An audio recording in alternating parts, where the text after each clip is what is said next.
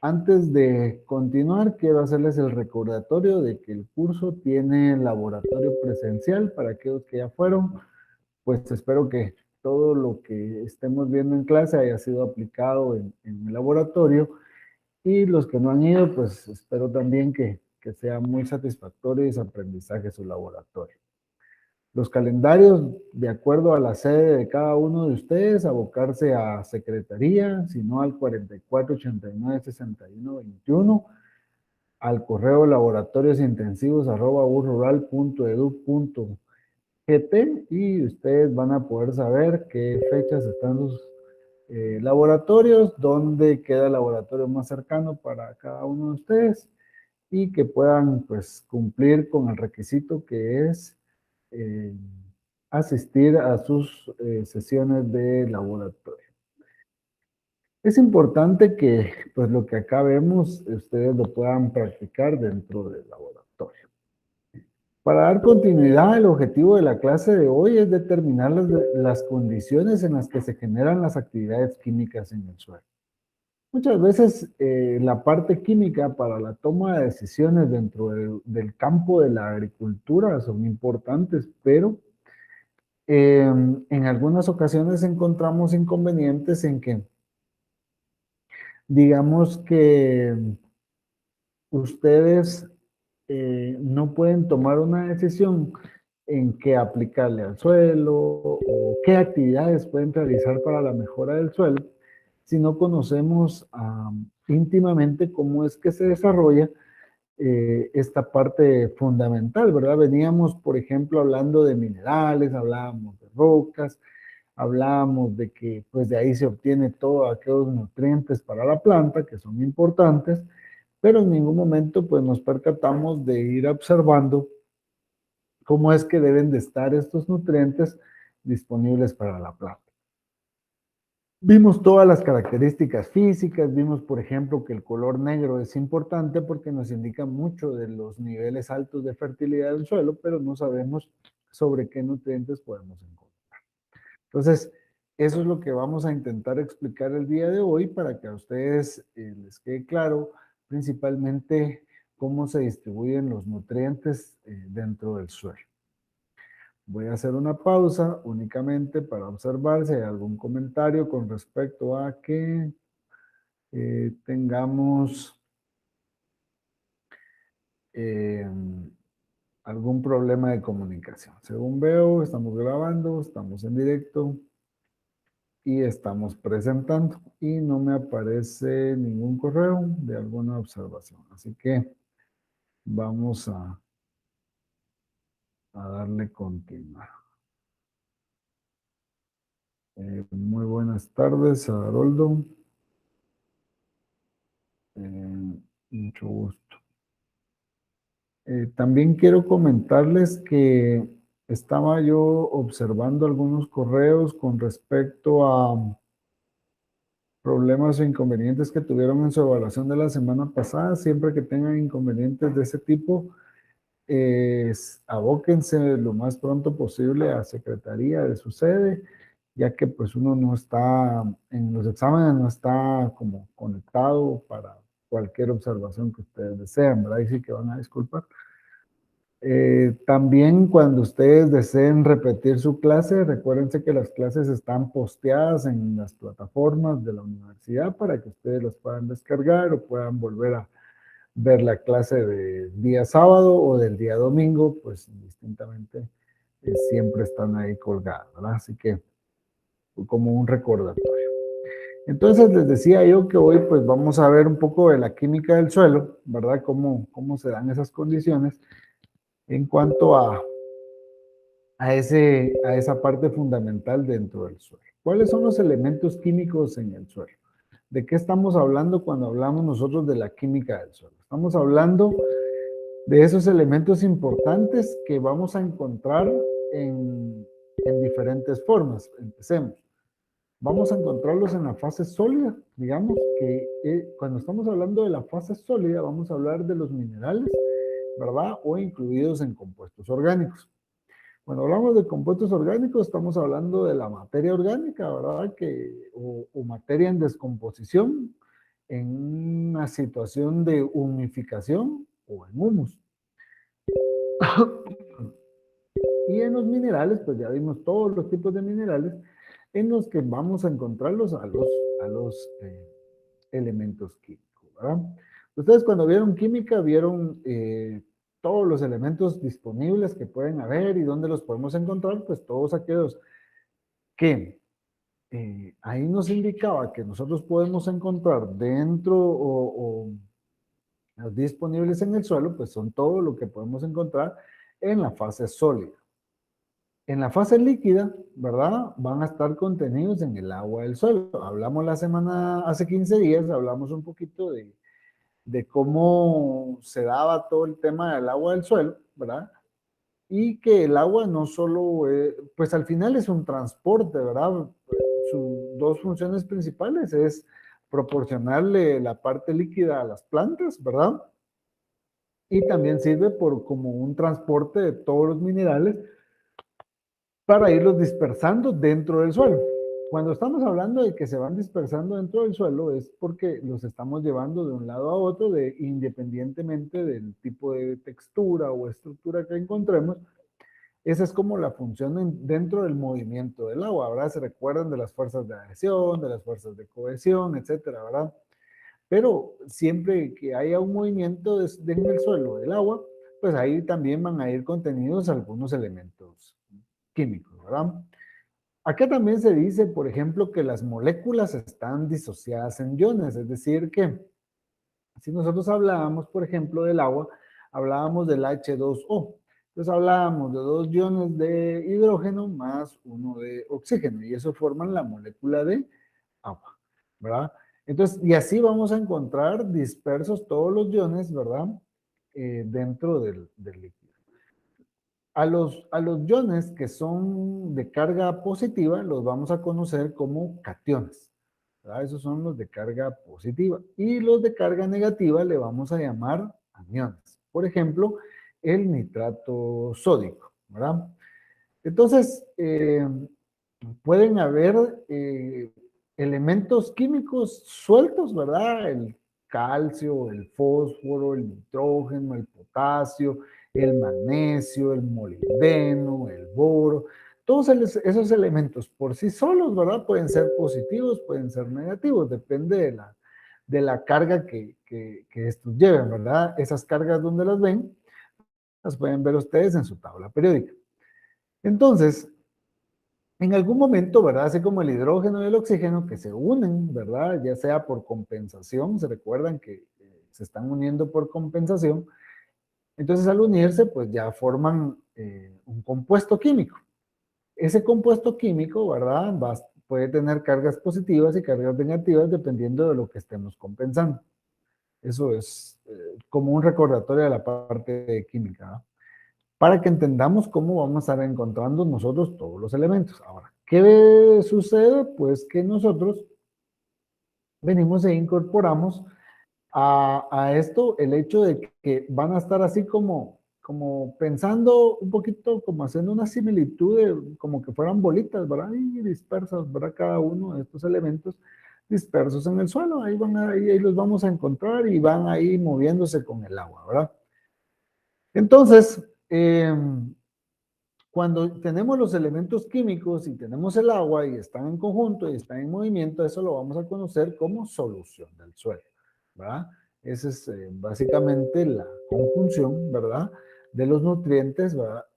Ahora, no se vayan a perder porque a veces nosotros, vamos a decir, el elemento químico, ¿sí?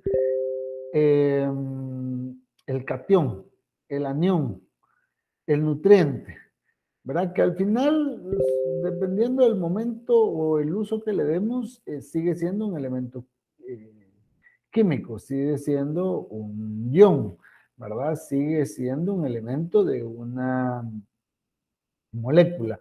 Entonces ahí es donde yo creo que no se me vayan a perder porque durante el desarrollo, igual cuando lean un poco de bibliografía, van a encontrar esas diferentes formas de expresar. Pero al final seguimos hablando de los elementos químicos. ¿Cuáles son los componentes inorgánicos del suelo? Pues los elementos más abundantes de la corteza terrestre son el oxígeno y el silicio. Eso ya lo habíamos hablado en clases anteriores, ¿verdad? Que el silicio es el componente más abundante, es el elemento químico más abundante de la corteza terrestre.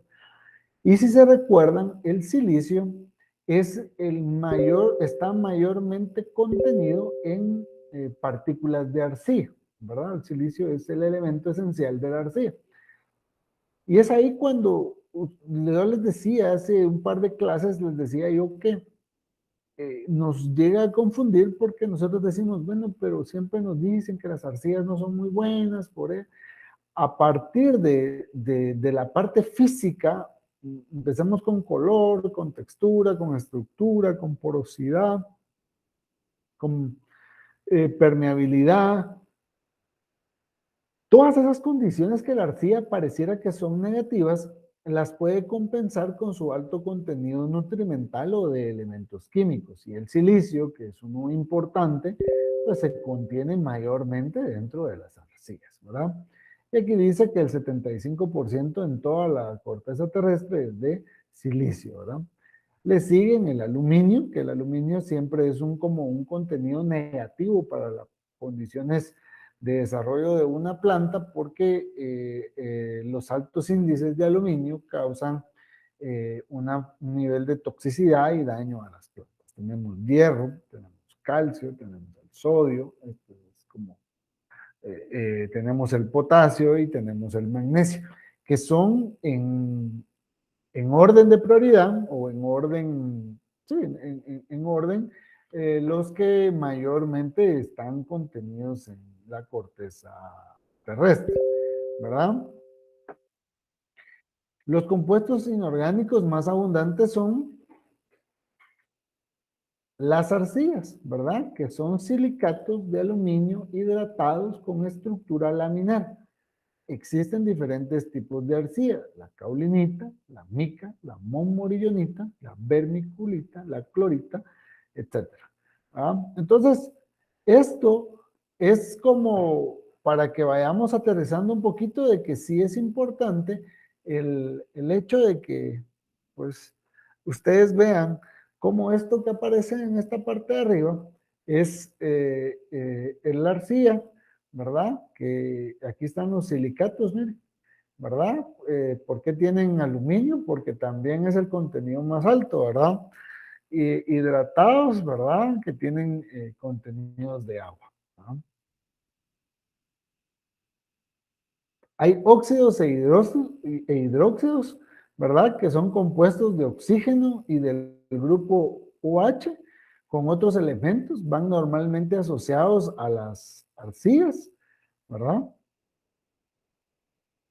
Tenemos el carbonato de calcio, que es una sal derivada del ácido carbónico de fórmula CaCO3, ¿verdad?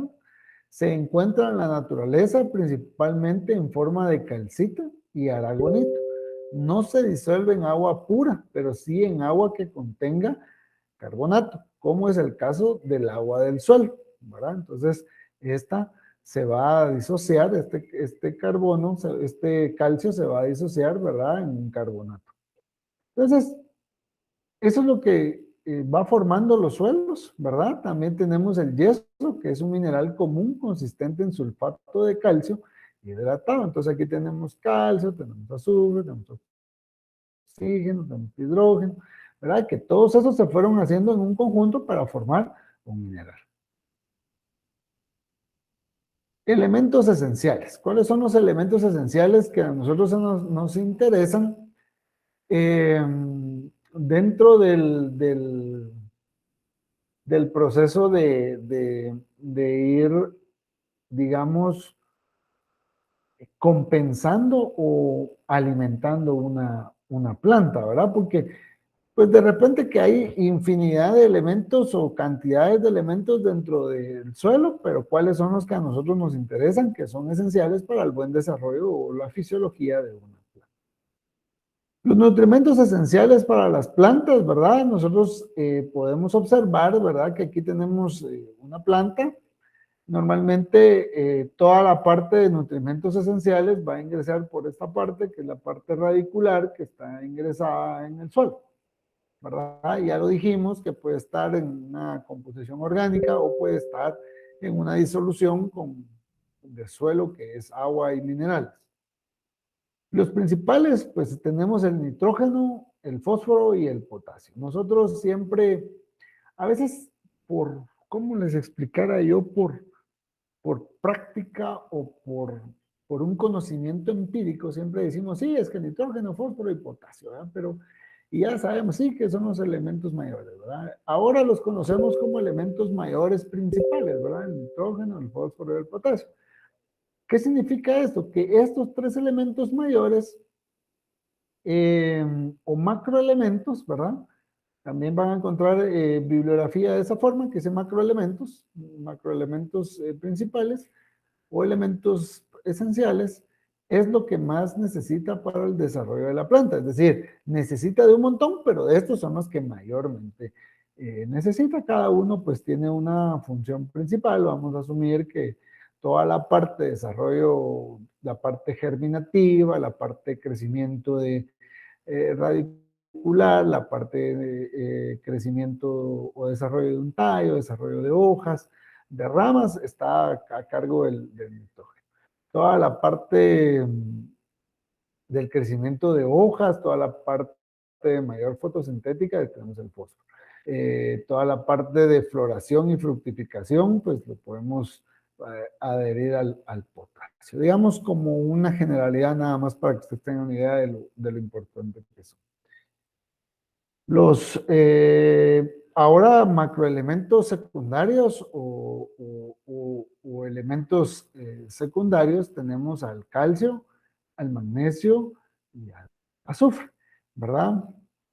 Hace algunos años, no mucho, fíjense que siempre había una diferenciación entre macros y micros elementos y estos eran considerados como microelementos. Entonces lo que sucedía es que teníamos problemas porque el modo de incorporación al suelo no era el adecuado porque a veces lo estábamos incorporando en poca o en bajas cantidades, digamos, y también lo estábamos integrando a veces en una forma foliar y eso nos estaba causando algunos problemas en desarrollo, ¿verdad? Porque al mezclarse estos en una solución del suelo, pues produce mejores condiciones para la planta. Entonces ahora ya son considerados como macroelementos secundarios. Y los microelementos, pues tenemos el zinc, el magnesio, el hierro, el cobre, el boro, el molibdeno, el cloro, ¿verdad? Que son elementos menores, ¿verdad? Que principalmente se aplican de manera foliar, ¿verdad? Para el desarrollo de la planta. Son como entender que son como de tipo complementarios, ¿verdad? Que se van desarrollando y van mejorando esa parte, ¿verdad? El carbono, el hidrógeno y el oxígeno, pues son parte del ambiente, ¿verdad? Que están contenidos en el aire o en el suelo, que también son fundamentales. Se recuerdan que para el desarrollo de la vida en biología o en ciencias naturales, ustedes vieron el famoso CHON, ¿verdad? Que era carbono, hidrógeno, oxígeno y nitrógeno, ¿verdad? Hay mucho que discutir a nivel del tema de nitrógeno, ¿verdad? Porque el nitrógeno es muy volátil, el nitrógeno no siempre estamos seguros que esté dentro del suelo.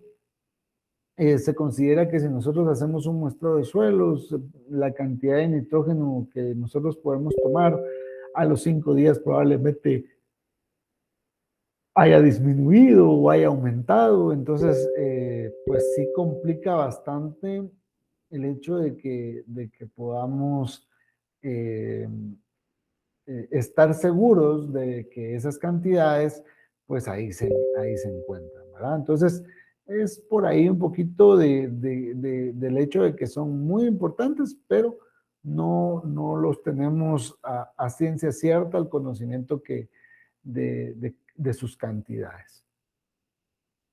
¿Qué problemas podemos tener si todos estos elementos que ustedes están viendo, que los tenemos como elementos esenciales, no estuvieran, ¿verdad? Dice que si falta, reduce el rendimiento. Bueno, los rendimientos, cuando nosotros hablamos de rendimientos en las plantas, siempre lo vamos a asociar con el hecho de cuánto vamos a cosechar de una planta, pero los rendimientos, digamos, podemos decir que si una planta debe de producir 10 hojas por rama, el rendimiento cuando reduce, pues produce 5, ¿verdad? Entonces, también en esa parte fisiológica, sin llegar al tema de cosecha, afecta. ¿Y por qué hay que analizarlo de esa forma? Porque hay plantas directamente no vamos a necesitar para la venta o para el consumo el fruto, sino que de repente necesitamos la hoja, ¿verdad? O el sistema radicular, en el caso de las papas, por ejemplo,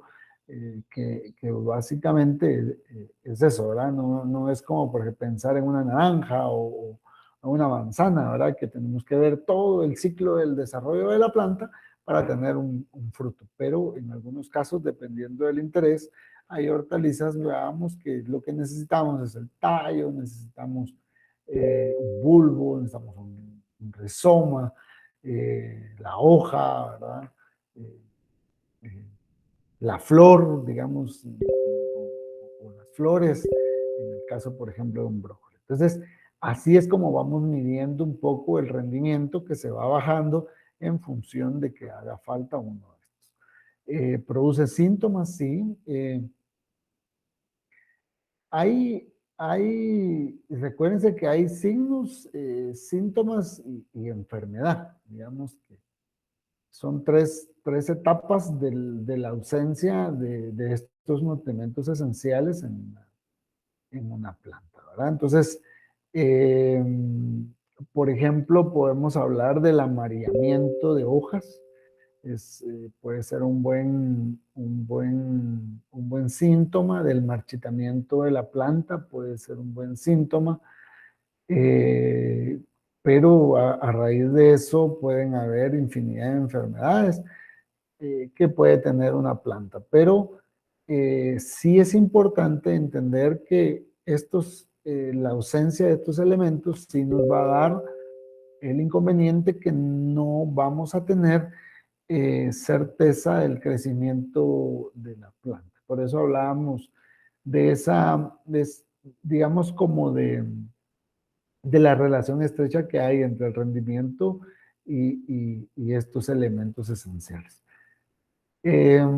Si se aplica a la planta, ¿se recupera? Sí, o sea, la aplicación de estos elementos y por eso siempre, siempre hay como una broma de decir, ¿verdad? No, pero aplícale un triple 15 y solucionado el asunto. La verdad que sí, ¿verdad? Porque como estaríamos incorporando los tres elementos más importantes y al hacerlo estaríamos como, como dándole la totalidad de elementos mayores que necesitamos.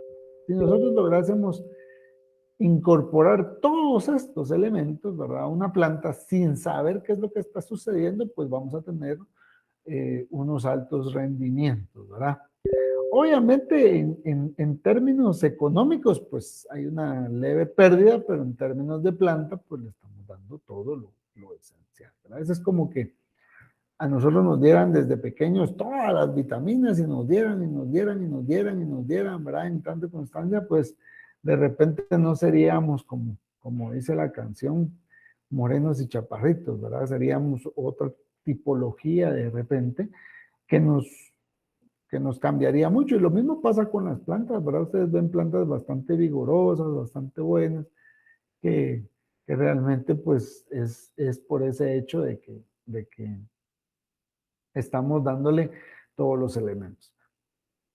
Hay una situación con estos elementos porque en este caso dice si se aplica, pero ¿qué pasa con los elementos contenidos en el suelo, verdad? De lo que veníamos hablando. Hay una cantidad o sea, cada elemento está en una cantidad y ahí es donde me gusta pensar a mí que cada uno de estos es un vaso, ¿verdad? Voy a hacer la asociación, aunque cada uno de estos es un vaso. Y cada uno de ellos tiene una cantidad de vasos. Y no siempre todas las plantas necesitan la misma cantidad de cada uno de estos. Eso es importante entender. Y si se aplica demasiado, provoca toxicidad. Eso lo voy a asociar, por ejemplo, cuando nosotros estamos comiendo algo, ¿verdad? Y comemos, y comemos, y comemos, y comemos. Si no estoy mal, tal vez ustedes un poco más seguros, pero hay algo que le llaman gula, ¿verdad? Que entiendo que es un concepto un poco bíblico del hecho de exagerar en la cantidad de comida que uno consume en función de que ya está satisfecho. Bueno, la planta no nos puede decir que ya está satisfecha, ¿verdad? Entonces lo que sucede a veces es que nosotros como no hacemos un análisis de suelo y no sabemos cuánto contenido de elementos hay, venimos y hacemos una aplicación y resulta que esta aplicación no tiene buenos resultados. ¿Y por qué no los tiene? Porque lo que está sucediendo acá es que los elementos ya se encuentran en una cantidad llena de los vasos, ¿verdad? Entonces, si nosotros lo que está sucediendo, voy a intentar aquí, miren, porque no soy tan buen dibujante, ¿verdad? Pero vamos a ver. Entonces, lo que les estoy diciendo es que voy a hacer 3 vasitos, solo para simular. Miren, pues. Entonces, lo que sucede es que nosotros vamos a pensar que en un elemento, en un elemento necesita esta cantidad, ¿verdad? Entonces, cuando a nosotros nos está diciendo que este vaso de este elemento lo necesita en esta cantidad, este otro lo necesita en esta cantidad y este otro lo necesita en esta cantidad. O sea, no necesita la misma cantidad de cada uno de los elementos. Bueno, entonces resulta que estas son las cantidades necesarias. Y vamos a pensar que dentro del suelo, sin nosotros hacer un análisis, resulta que esas cantidades están bien. Entonces, podríamos decir, vamos a usar 2 conceptos para que se vayan anotando. Y para los que anotan, anótenlo así. Está lo que hay en el suelo y lo que está disponible, que son 2 cosas muy, muy diferentes. Entonces, cuando nosotros vemos un análisis de suelo, ahí aparece lo que hay en el suelo, no lo que está disponible. Hay un valor que aparece también en un análisis de suelo que nos va a indicar si están o no están disponibles, ¿verdad? Bueno, entonces en términos de fertilidad. Pero para este ejercicio vamos a asumir que lo que está ahí está disponible. Entonces, y está en las cantidades que nosotros necesitamos, que son lo que aparece en verde. Entonces resulta que venimos nosotros y empezamos a aplicarle más, ¿verdad? Venimos y decimos, no, pero como ahí, para que esté buena mi planta, cuando ustedes, por ejemplo, ven recetas ahí en los libros aparece, bueno, de nitrógeno necesita tanto, de fósforo tanto, de potasio tanto, y se incorpora abajo esta fórmula, y va, ahí vamos. Entonces venimos nosotros y le aplicamos más, ¿verdad? Entonces, llega un punto en que la planta ya tiene lo que necesita disponible, pero resulta que venimos nosotros y llenamos el vaso, ¿sí? Y llenamos el vaso de este elemento, y como lo llenamos, ¿verdad? ¿Qué pasa? Resulta que lo que en vez de ayudarla, la va a enfermar porque hay demasiado. Y eso lo vamos a asociar pues, cuando nosotros nos duele el estómago, ¿verdad? Porque ya comimos demasiado, ¿verdad? Y a veces ya ni por no compartirle a alguien, ustedes deciden comerse el otro pedazo de pizza y aunque les duela el estómago ahora, igualmente eso es toxicidad en nuestro cuerpo. Y lo mismo sufre la planta, es cuando excedemos de eso, ¿verdad? Entonces, ya entendemos por qué nos está diciendo que cuando hace falta nos va a producir síntomas, ¿verdad? Y cuando hay demasiado también nos va a producir síntomas y a eso le llamamos toxicidad. Entonces ahí es para que entendamos claramente qué es lo que sucede con los elementos esenciales dentro de una planta. Es importante comprender esta parte porque muchas veces no lo dicen, sí, pero es que desde el punto de vista de que necesita tanto y yo se lo doy, Sí, pero ¿cuánto ya hay dentro del suelo? ¿Verdad? Entonces, la planta muchas veces, eh, como no consideramos esa parte, la planta sí responde, pero a veces su forma de captación es bastante lenta. Yo les decía, digamos, de esta parte que hay un concepto importante que es el que nos sirve a nosotros para saber qué tan disponibles se encuentran esos elementos esenciales, macros y micros, dentro del suelo para la planta, ¿verdad? Eso cómo lo vamos a obtener a través de un análisis de suelo. Entonces a eso se le conoce como capacidad de intercambio catiónico. Ustedes dicen, bueno, de qué estamos hablando? Pues hablemos un poquito de lo que ya vimos, ¿verdad? Porque es importante que no nos perdamos. Entonces aquí nosotros empezamos hablando, ¿verdad? De cationes. Decíamos que teníamos cationes. Aquí dijimos, mire, los de carga positiva se llaman cationes y los de carga negativa aniones. Entonces, todos los elementos, ¿verdad? Químicos en forma positiva se llaman cationes. Entonces, el concepto nuevo que nosotros estamos viendo se llama capacidad de intercambio catiónico. Significa que es intercambiar aniones en forma positiva. ¿Verdad? Que les quede esa parte clara porque hay aniones en forma negativa, que es, entonces,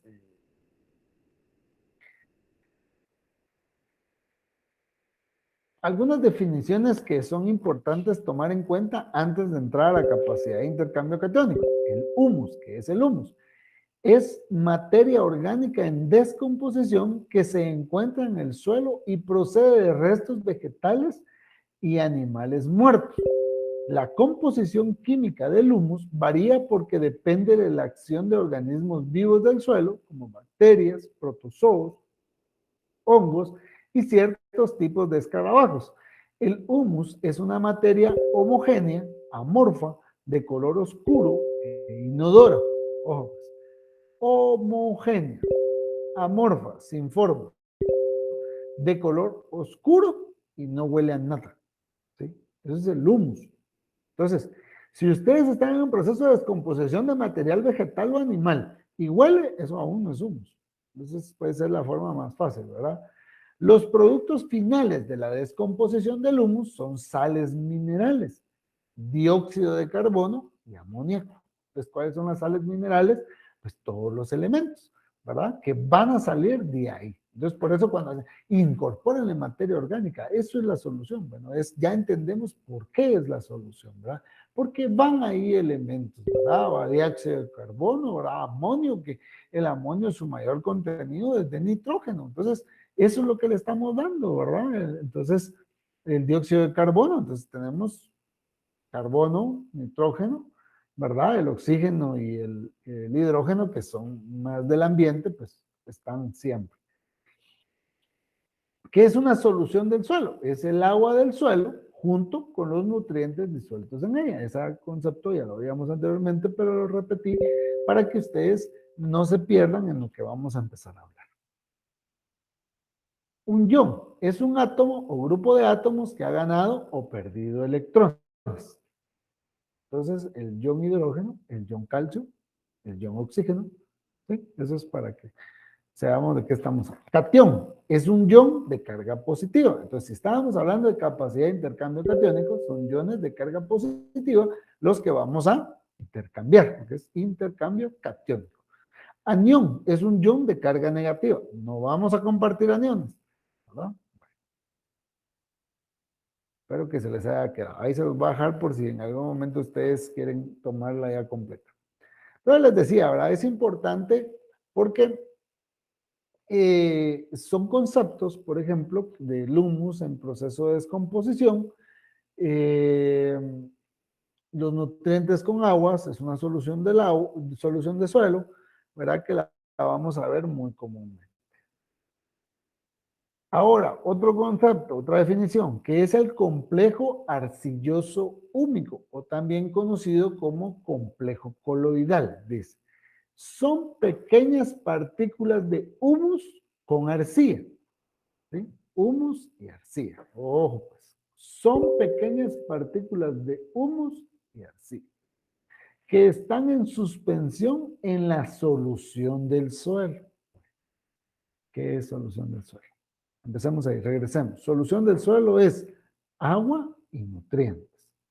A esa agua y nutrientes le vamos a agregar partículas de humus y partículas de arcilla que van a estar en suspensión, ¿verdad? Que por acción del calcio se coagulan formando una masa gelatinosa. Entonces piensen en gelatina, ¿verdad? Que hay calcio ahí adentro de ese complejo arcilloso húmico, que está todo junto, y se puso como en una forma de gelatina.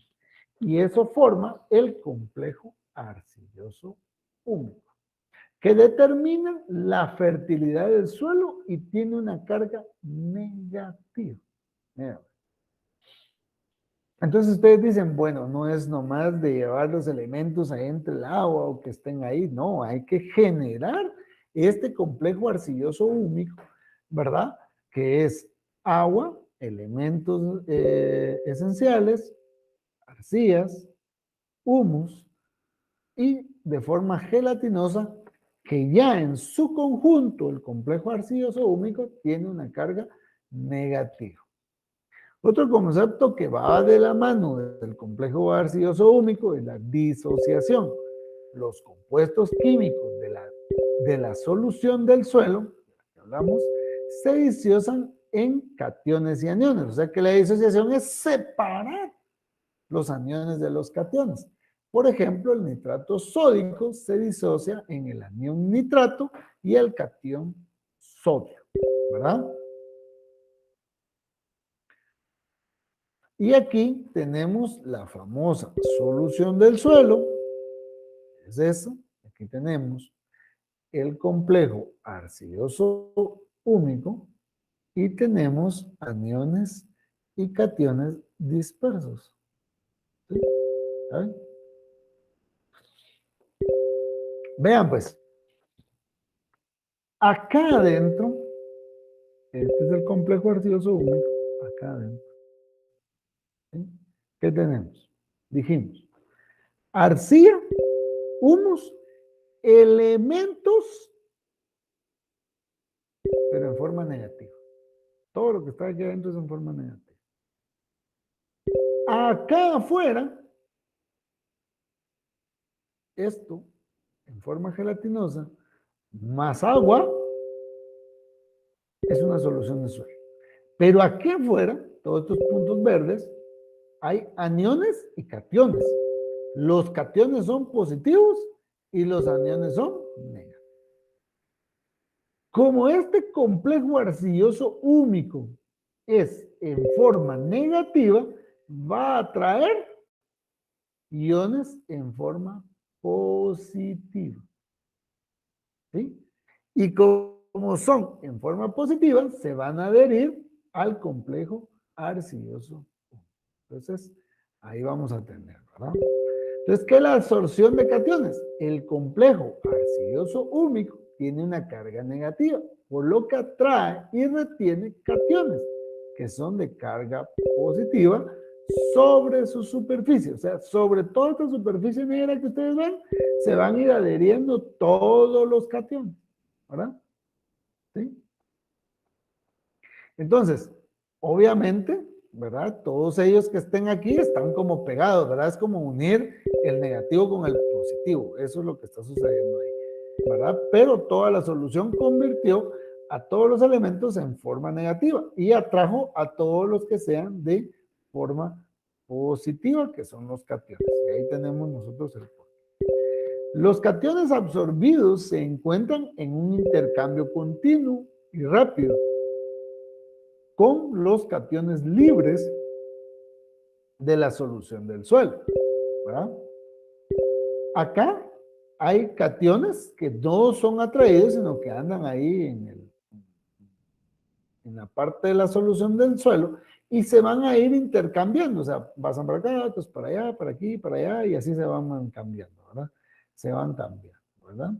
Entonces, ahí tenemos nosotros lo que es la forma de explicar cómo es que se está dando el complejo arcilloso húmico y la solución del suelo, ¿verdad? ¿Y cómo se da? Primero, la absorción de los cationes hacia la parte de la superficie del complejo arcilloso húmico y el intercambio que se está dando, ¿verdad? Con los cationes absorbidos y los que se encuentran libres. Entonces empiezan a cruzar, ¿verdad? Unos se sueltan y otros se agregan y bueno, ahí ya tenemos esa parte. ¿Qué es la capacidad de intercambio catiónico? Ya para ir conceptualizando, ¿verdad? Se conoce como, dice, o se define como la capacidad que tiene un suelo agrícola de retener y aportar los nutrientes de carga positiva llamada cationes. En términos cuantitativos, es la sumatoria de las bases. Entonces dice, la capacidad de intercambio catiónico es igual a la sumatoria del potasio más magnesio, más calcio, más sodio, más hidrógeno, todos en forma positiva, porque son cationes, ¿verdad? Que se van a ir intercambiando y por eso dice que se da en la disociación, se intercambian, ¿verdad? Se intercambian. Entonces, cuando nosotros implementamos una fórmula química de un fertilizante X y lo incorporamos al suelo, ¿verdad? Como una fórmula, lo que sucede es que lo que va a pasar dentro del suelo es una disociación, se va a separar los elementos. Y los de carga positiva se van a empezar a intercambiar con el complejo arcilloso húmico. Y eso es lo que vuelve, pues, importante porque eso es lo que va a consumir una planta. Entonces vemos, pues, este es el sistema radicular de una planta, ¿verdad? Entonces aquí tenemos el complejo arcilloso húmico que es nuevamente marcado por el signo negativo y en su superficie van a estar todos los cationes que son de carga positiva, ¿verdad? Adheridos y empieza el intercambio, es decir, a través de la ósmosis, ¿verdad? Que es pasar de una concentración más alta a una más baja. Entonces pasamos de esta concentración de complejo arcilloso húmico, pasamos de acá, lo metemos a el sistema radicular. Y lo que estamos intercambiando son los elementos, ¿verdad? El intercambio realmente se está haciendo en la solución del suelo. Por eso le llamamos capacidad de intercambio. La capacidad de intercambio catiónico se mide, o sea, tiene una forma de medirla, es decir, puede ser más alta o más baja. Si es más baja, es decir, que sí hay intercambio, pero es menor, por lo tanto, quiere decir que yo puedo tener un montón de elementos como los que tengo aquí adentro, miren, en forma negativa, pero no se van a compartir.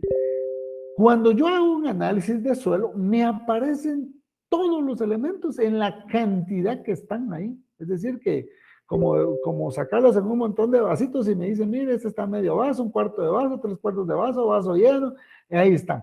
Pero no me dice si son intercambiables o no.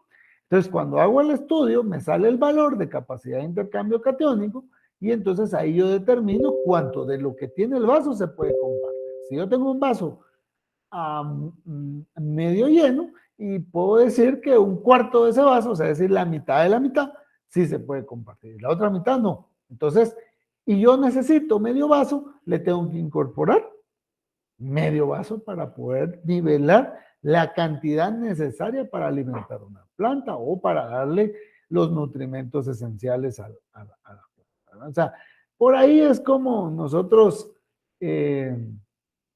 nos damos a la tarea de entender qué es lo que está pasando dentro del suelo, ¿verdad? Entonces así es como nosotros vemos esa parte. Nuevamente, ¿verdad?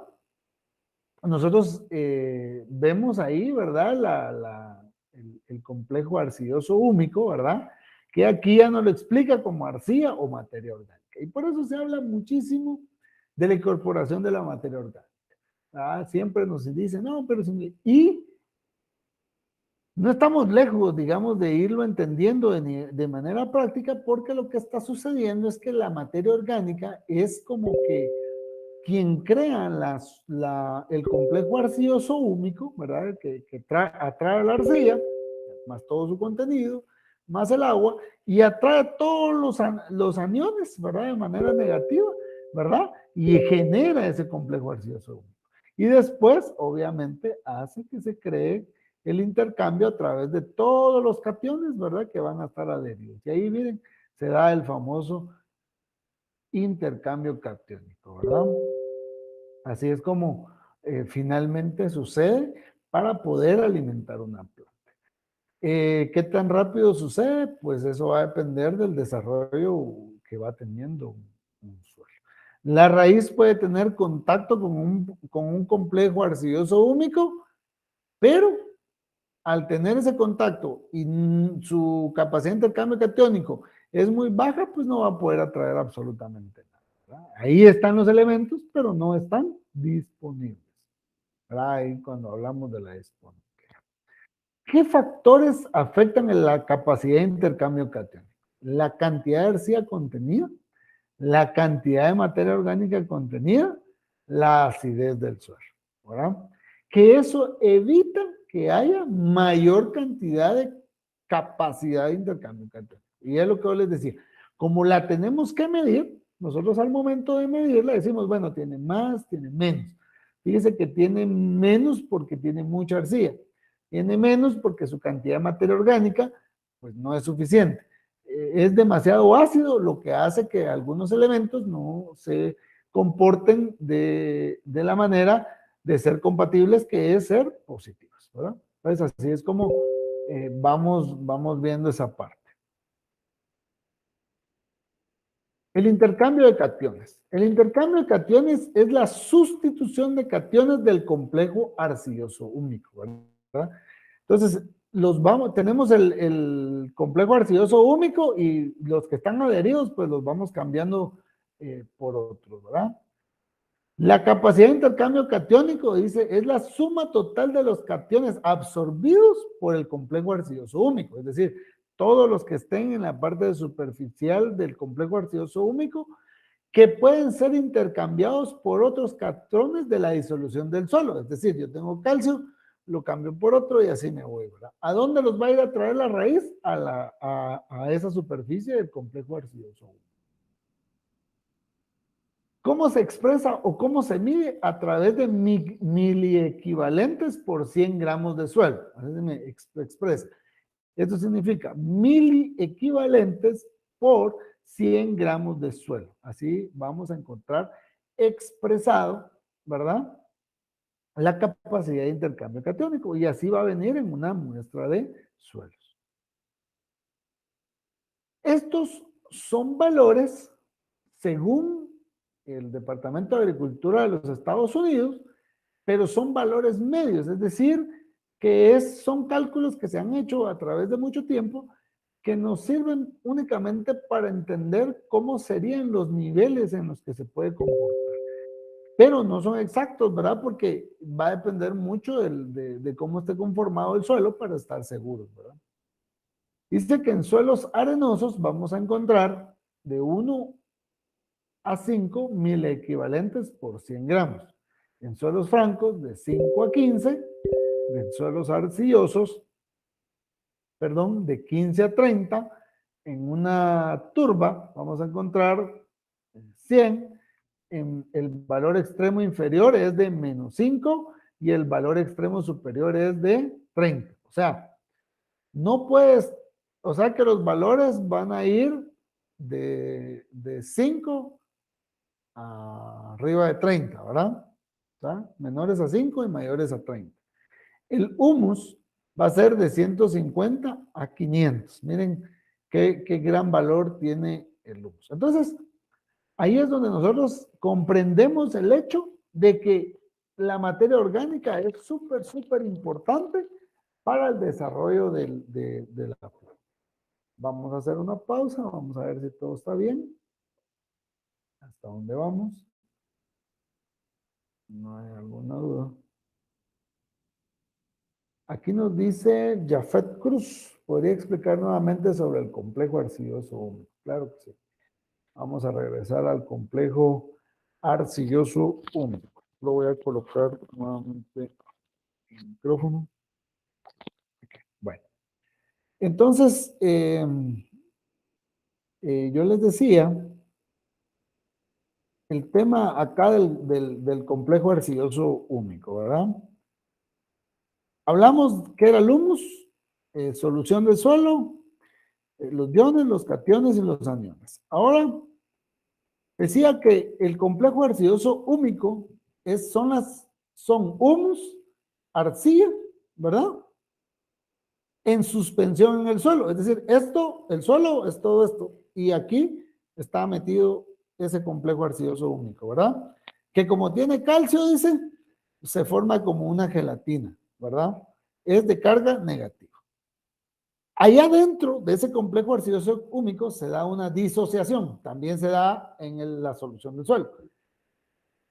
Es decir, que se separan los aniones de los cationes, se separan y todos andan ahí dispersos, ¿verdad? Entonces, acá nosotros decíamos que este complejo arcilloso húmico es de manera negativa y por eso ven todas estas líneas de acá que significa negativo, negativo, negativo, negativo. ¿Qué son estos? Aniones. Todos estos son aniones, ¿sí? Dentro de todo esto, esto está en forma gelatinoso. Dentro de todo eso tenemos arcilla y tenemos humus, ¿verdad? Este es el complejo arcilloso húmico, ¿sí? Este complejo arcilloso húmico va a absorber cationes, que son iones positivos. Aquí está lleno de iones negativos, que son aniones. Pero los que va a traer, que son estos puntos verdes, ¿sí? Son cationes.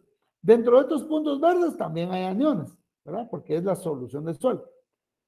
Dice, el complejo arcilloso húmico tiene carga negativa. Ya les dije, esto.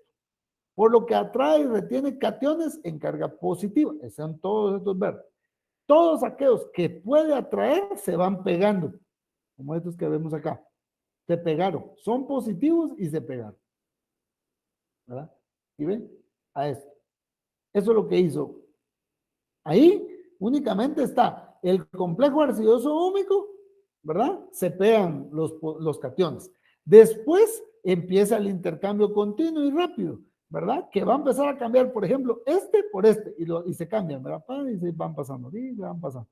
Y no sabemos qué tan rápido lo hacen y qué se está cambiando.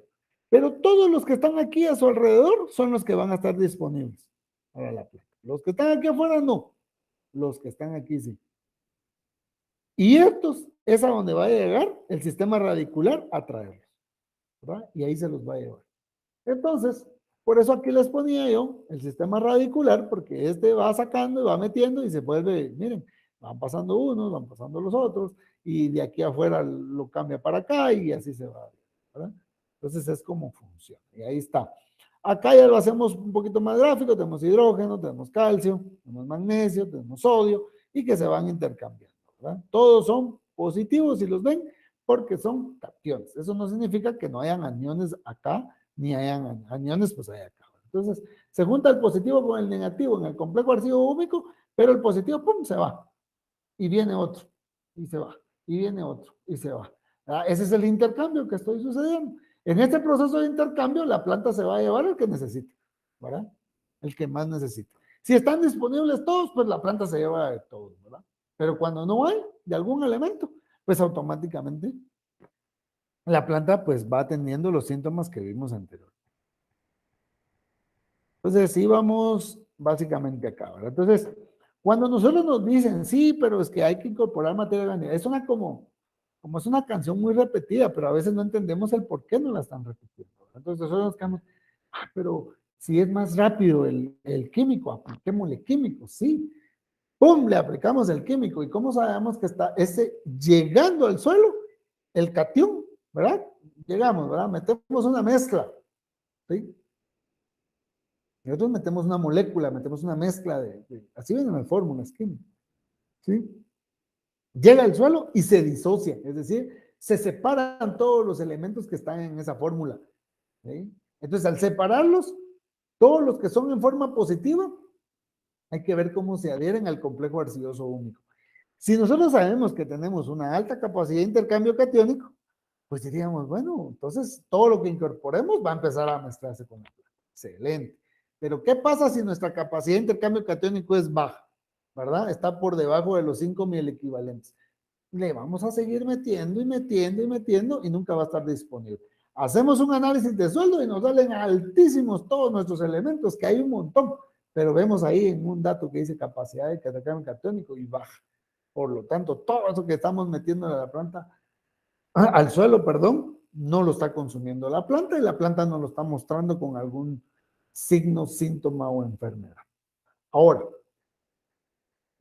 tal vez no es de parte del curso, pero lo que está sucediendo es el mismo ejemplo que cuando nosotros no nos alimentamos bien o no estamos vitaminados. ¿Qué pasa? Resulta que como no estamos así, entonces viene una enfermedad y rápido, ¡pum!, nos pega y hasta nos puede matar o nos tira en cama, ¿verdad? Nos afecta muy fuerte, ¿verdad? Entonces puede ser hasta un virus de una gripe, ¿verdad? Que viene y como estamos ahí todos debiluchos, que no nos alimentamos bien, ¡pum!, y a la cama, ¿va? Como que nos fuéramos a morir por una gripe, ¿verdad? Pero hay personas que, sí tengo gripe, pero ya va a pasar y todo el asunto, ¿verdad? Entonces, eso es lo que pasa. Entonces, por ahí es que creo que tenemos que ir entendiendo por qué es importante. Entonces, cuando nosotros incorporamos, por ejemplo, a veces que dice, incorporemos materia orgánica, lombricompost, gallinaza y todos esos elementos, ¿verdad? Ahora hay ácidos fúlvicos, ácidos húmicos, dice, ¿verdad? En forma líquida y los vamos a incorporar. ¿Por qué? Porque eso no es como decir, le estoy mandando todos los elementos que tiene. Cuando ustedes se ponen a revisar cuáles son los elementos que tiene esa materia orgánica, son muy bajos. Lo que va a hacer es la función de crear el complejo arcilloso húmico y hacer que estén disponibles. Entonces va a empezar a traer cationes porque se está formando ese complejo arcilloso húmico y atrae los cationes y ya los pone disponibles. Incrementa nuestro valor de nuestra capacidad de intercambio. ¿Verdad? Eso es más o menos como puedo explicarles yo esa parte. Con suelos con capacidad de intercambio catiónica menor a 5.000 equivalentes por 100 gramos, son suelos pobres, arenosos, poco aptos para la vida de las plantas. A ver, miren, ustedes le pueden llenar de elementos, pero no están disponibles. Entonces es un suelo pobre, ¿verdad? Es más, todos esos elementos que no van a estar adheridos, miren, se pueden filtrar hacia las profundidades del suelo, lejos de los sistemas radiculares. Es más, como este es nuestro valor menor, ¿verdad? Todo lo que está abajo de menos 5 equivalentes es a lo que le está diciendo que están fuera de la vida de las plantas, ¿verdad? O sea, no puede vivir una planta. Ahora, si estamos arriba de los 30.000 equivalentes, son suelos excesivamente arcillosos, con problemas de permeabilidad y estructura. Es decir, nos estamos yendo a los dos polos opuestos, ¿verdad? Entonces, es la arcilla, ¿verdad? Es la que nos está indicando nuestro valor más alto. Entonces, tenemos que estar dentro de ese rango, no estar ni aquí ni acá, ¿verdad? Pero estar dentro de ese rango para que ustedes sepan realmente cuál es la función. Entonces, ahí dejamos todo lo que es capacidad de intercambio catiónico. Espero que lo hayamos comprendido de buena manera, porque es un dato súper importante cuando hablamos de la fertilidad del suelo, que al final es como que en estos tiempos como que la fórmula exacta, ¿verdad? Eso no quiere decir que estemos diciendo de que toda la vida tenemos que usar orgánicos o que toda la vida tenemos que usar químicos. No, no, no. Esto está un poco fuera de eso, ¿no? Porque si lo entienden a simple vista, el usar materia orgánica nos ayuda a crear un complejo arcilloso húmico. Eso, sin incorporar la parte química, pone a disponibilidad todos los cationes que se encuentren dentro del suelo. Ahora, si me hacen falta cationes, es la incorporación, ¿verdad? Y eso puede ser también como una incorporación más de material orgánico. Puede ser, ¿verdad? Lo poco que va teniendo cierto material orgánico me puede servir y mi planta se va a desarrollar. Eso no quiere decir que siempre yo tenga que incorporar factores químicos, ¿verdad? Elementos químicos. Lo que sucede es que el material orgánico va a ser un poco más lento que el material químico, porque este material químico no es que venga ya disponible, pero ya está disociado, ya está más suelto, ¿verdad? Se disocian bien rápido, ¿verdad? En cambio, el que viene es un proceso demasiado lento, ¿verdad? Entonces hay que Hay que verlo desde ese punto de vista, pero pues es a nivel de sistemas de fertilidad. Otro factor importante dentro del suelo, dentro de nuestra química del suelo, es el pH, conocido como el potencial de hidrógeno, ¿sí? Y se mide a través de un potenciómetro, que todos en el laboratorio siempre le llamamos los pHímetros, ¿verdad? Pero no se llaman así, se llaman potenciómetros porque miden el potencial de hidrógeno del pH. Eso significa pH, potencial de hidrógeno. Entonces, es importante porque ustedes de repente, si se recuerdan, cuando se quieren hacer tratamientos en el pelo, que el pH del pelo. Que si queremos usar una crema, que el pH de la cara, que el pH de mi cuerpo, que de todo, ¿verdad? Porque el pH está metido en todo. ¿Me entienden? Entonces vamos a hablar específicamente del pH que pasa en el suelo, ¿verdad? Que vamos a ver un poco de la acidez y de la alcalinidad del suelo en un parámetro de medición, ¿verdad? Entonces, cuando estamos hablando de la acidez, estamos hablando de los protones que van a existir en la solución del suelo, ¿verdad? ¿Cuántos protones? A mayor cantidad de protones, mayor es la acidez. Se expresa como pH, que es el logaritmo cambiado de signo de la concentración de protones en una disolución determinada.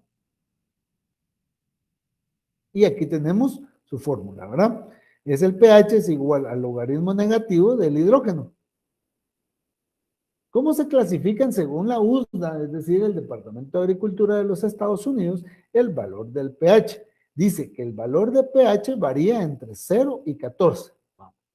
A veces nos dicen, no, es que pH se mide de 3 a 10. No, el pH es de 0 a 14. Ese es su rango, ¿verdad?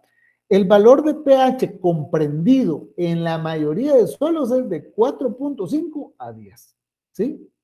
O sea, es rara vez que vamos a encontrar un valor de pH por debajo de 4.5 y un valor de pH por arriba de 10. Es raro, dice. O sea, porque con ese la mayoría quiere decir que sí se puede, pero no todos.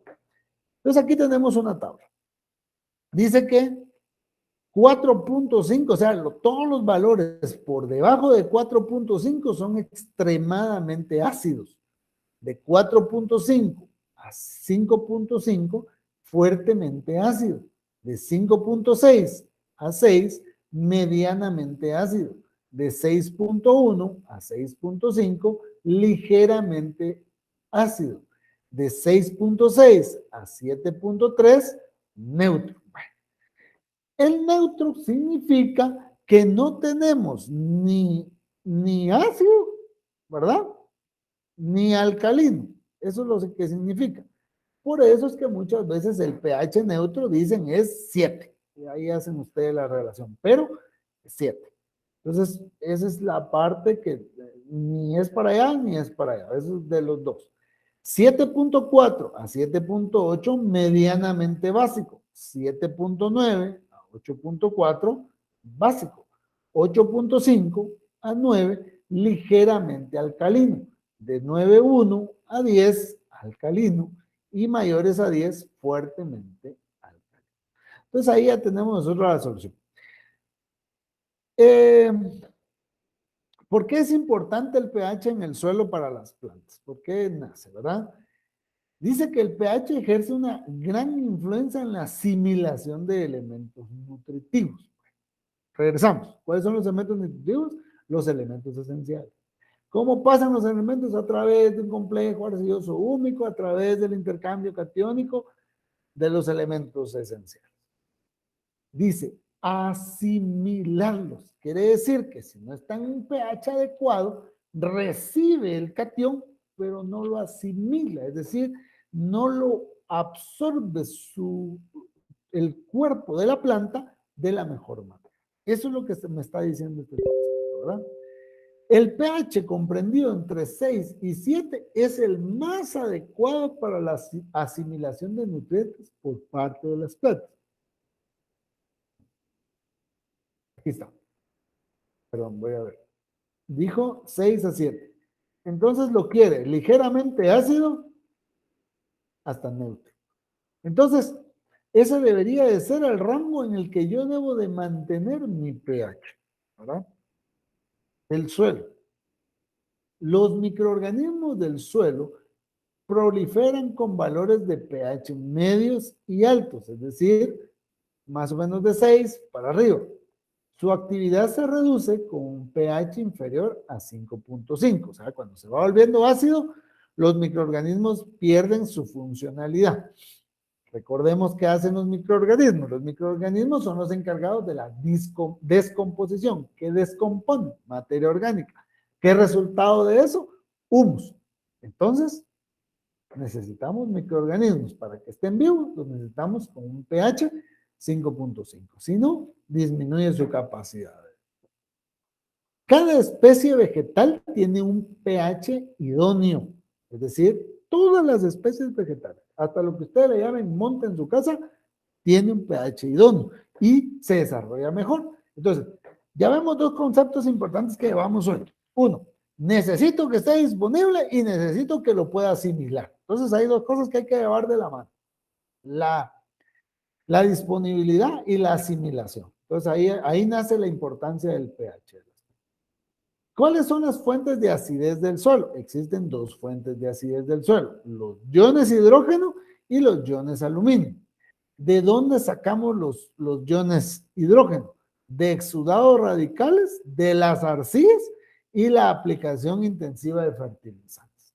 ¿Ven cómo está eso? O sea, lo que les decía anteriormente, no es solo de pensar en que aplico y aplico y aplico y aplico, porque después empiezo a aplicar otra cosa para regular mi pH, ¿verdad? Obviamente todo dependerá mucho, mucho, mucho de los resultados que ustedes quieran realmente alcanzar. Pero bueno, para que estemos bastante claros, ¿verdad?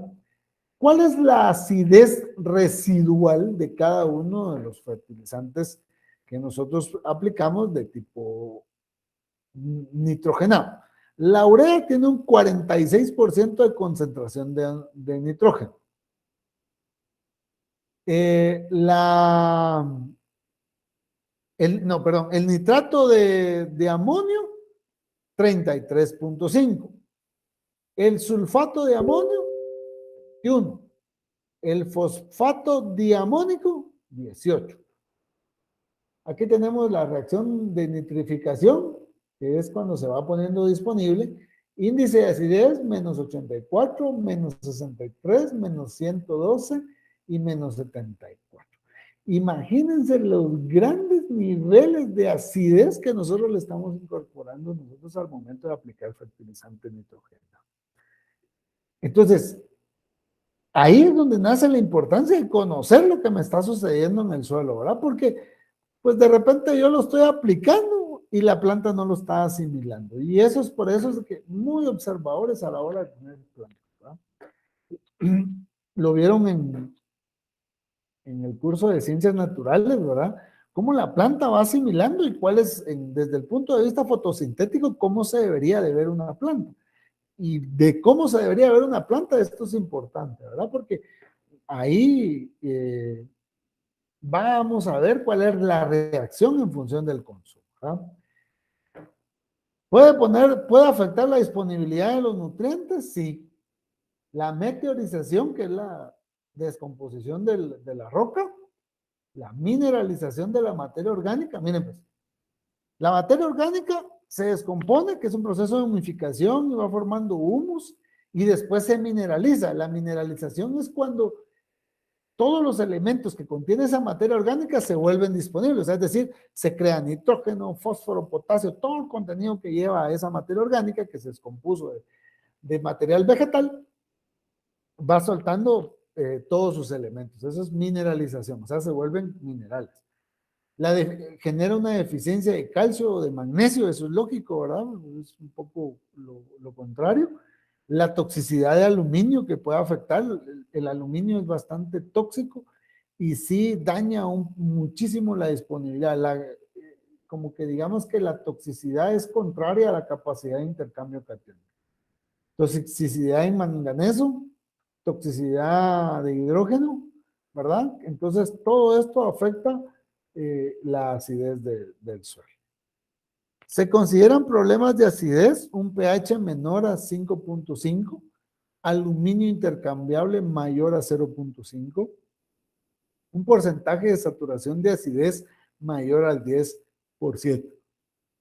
Obviamente aquí hago una observación y les digo que la tolerancia varía con respecto a los cultivos. Hay cultivos que se pueden adaptar con pH de 4.5, 4.8, de 5, etcétera, ¿verdad? Eso hace como los casos excepcionales, ¿verdad? Pero lo normalito es esto. El pH. La acidez del suelo puede definirse como la concentración de iones de hidrógeno. Afecta a muchas plantas. Las legumbres, por ejemplo, no pueden crecer en un terreno ácido. El pH determina el grado de absorción de iones por las partículas de suelo e indica si un suelo está ácido o alcalino.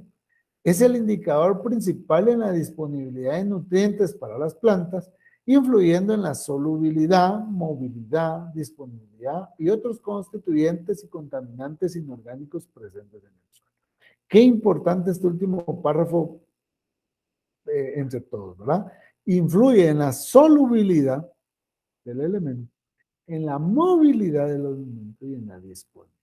Y entonces aquí tenemos otra tablita que para allá, o sea, todo lo que se va acercando a 0 o a menos 0 es aumento de acidez y todo lo que va arriba de 7 es aumento de alcalinidad y 7 es el...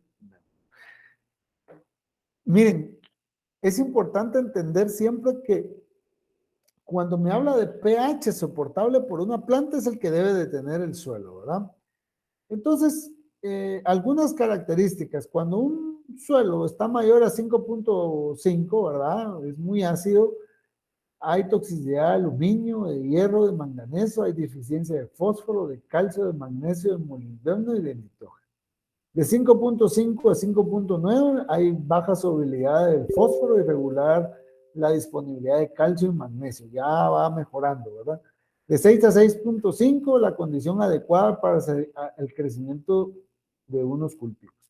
Los neutros, hay buena disponibilidad de calcio y magnesio, moderada disponibilidad de fósforo, baja disponibilidad de nutrientes, excepto del molibdeno. Los alcalinos son excesos de calcio y molibdeno, baja disponibilidad de fósforo y nutrientes, excepto del molibdeno. Se inhibe el crecimiento de varios cultivos. Los muy alcalinos es exceso de sodio, se inhibe el crecimiento de la mayoría de los cultivos. Entonces, por acá tenemos que estar de 6 a 6.1, es la condición más o menos para todos.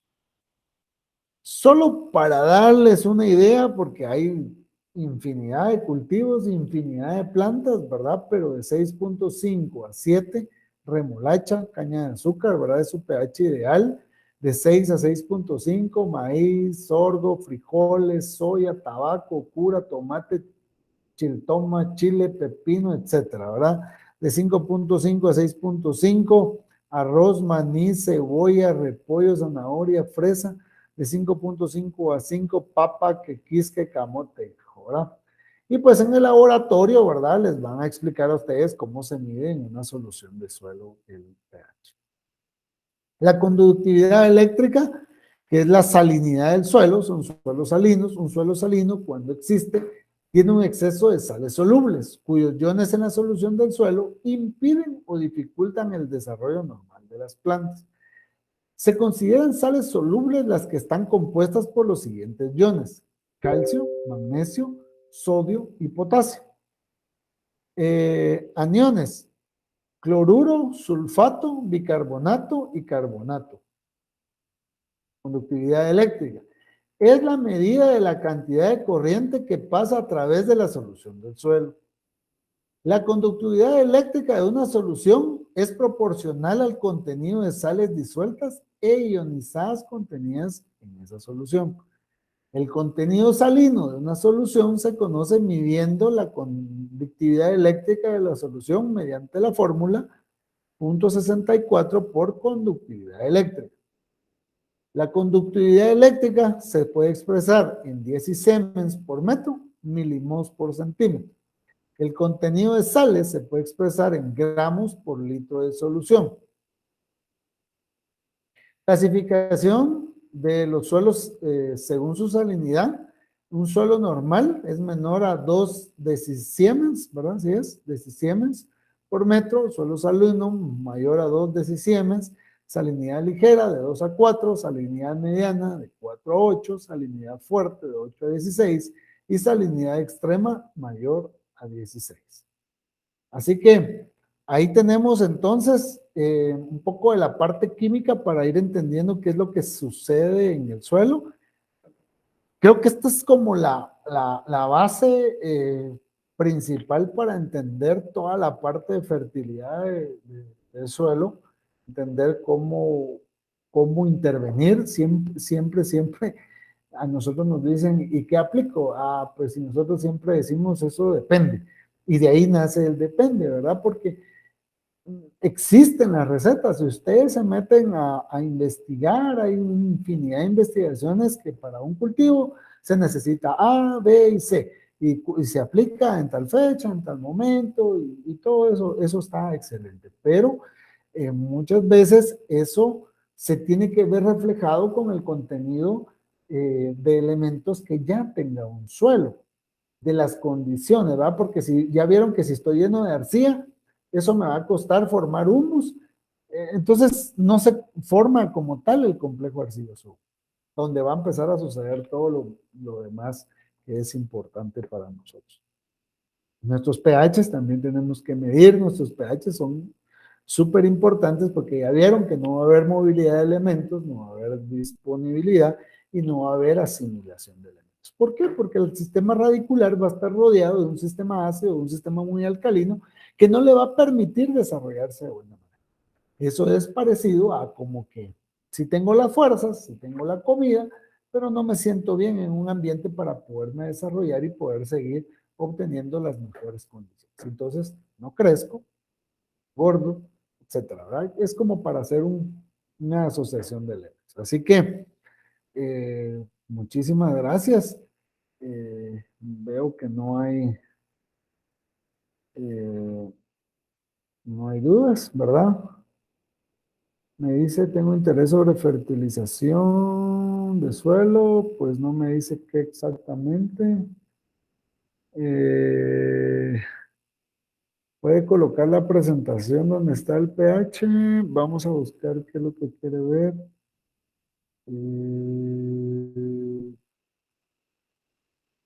Aquí tal vez. Aquí tenemos la de pH. Esa es la fórmula, ¿verdad? Habla un poco del logaritmo cambiado de signo de la concentración de protones. Hoy no les puse ejercicios porque asumo que en el laboratorio pues les van a poner ejercicios para determinar el pH, para calcularlo y también para calcular los miliequivalentes en el tema de capacidad de intercambio. Entonces, pues ya solo sería para el compañero que solicitó esa parte. Eh, vamos a ir ahí. Este no tiene fórmula. Este tampoco. Este tampoco. Pues son el tema de la parte de la química de cómo pasar de urea a estar disponible, ¿verdad? Aquí tenemos un nitrato, ¿verdad? La parte de los nitritos, aquí entramos, ¿verdad? Cómo entra y cómo sale. Esto, ahí estamos. Y no recuerdo si hay otra fórmula, aquí tampoco, y esta es la última. Entonces, ahí estamos. Bueno, si no hay más dudas u otras, ¿verdad? Ahí estamos a la orden. Nos vemos la próxima semana. Primeramente Dios. Que sigan teniendo un excelente día de clases. Que Dios me los bendiga.